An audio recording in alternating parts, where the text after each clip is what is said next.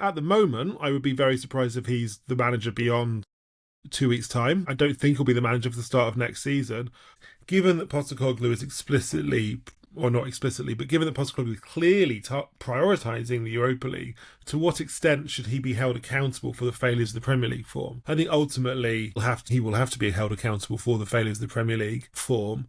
If they win the Europa League, I think his legacy and his employability will be really good. I kind of sense that Postecoglou knows this as well. Like, he's been talking a lot in the last few weeks about how, when he came in, he was given a remit to sort of revitalise the squad, to bring in younger players.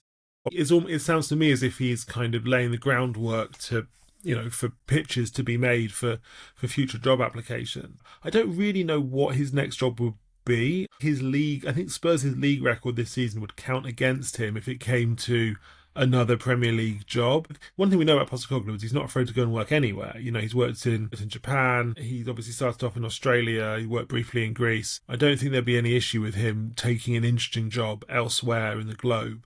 But clearly his CV would look far, far better with that European trophy on it. Stylistically, he sort of feels maybe a fit for the Bundesliga. Is that fair? This is kind of one of the challenges of Postecoglou. There's an argument that his football is best suited to a team with a bit of a resource advantage in the league. Which is hardly management at all, though. That's the problem with that. If you're at Celtic or Yokohama, maybe this is unfair. Now, I don't actually think this is necessarily true of, say, Brisbane Roar, for example, who I don't think were stronger. But I think that in an environment like the Premier League, which is so competitive, it might be a bit harder.